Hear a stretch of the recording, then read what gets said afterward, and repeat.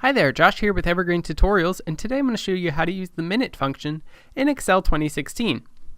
Now the minute function is a function that requires a serial number and will return a number between 0 and 59, hence the minute of the hour.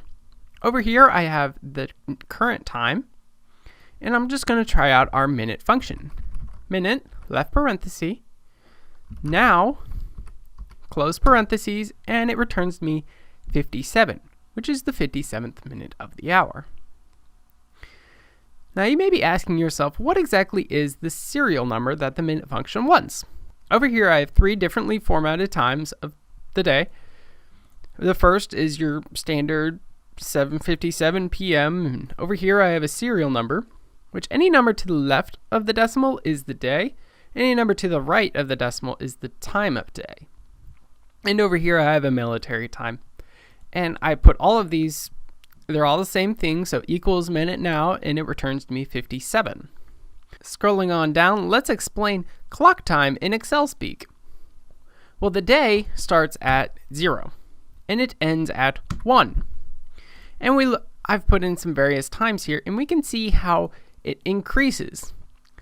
Later on in the day, it approaches to 1, and once it hits 1, it starts over at 0 again. Let's move on over here to a spreadsheet I put up, 5,000 meter men's records it was from my school. And over here I have a name and their time they ran the 5K in.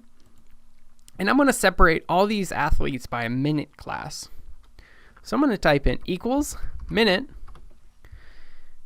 and I'm going to reference this cell, right parenthesis, and it gives me 16.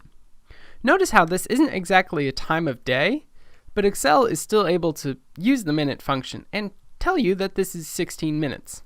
I'm going to drag this down to fill it into each one of my names.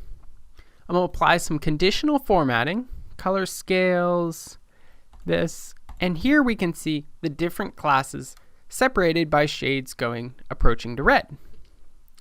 So I can see that 3 people are in the 17-minute class, and I'm going to tell them to do workout XYZ. And the people in the 18-minute class, I'm going to tell them to do workout ABC, and so forth. I can use this to separate my data, and in this case, I would have them do separate workouts to get the best out of them.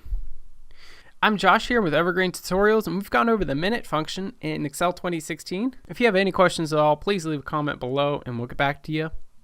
Thanks for watching. Please subscribe for other educational content, and have a nice day.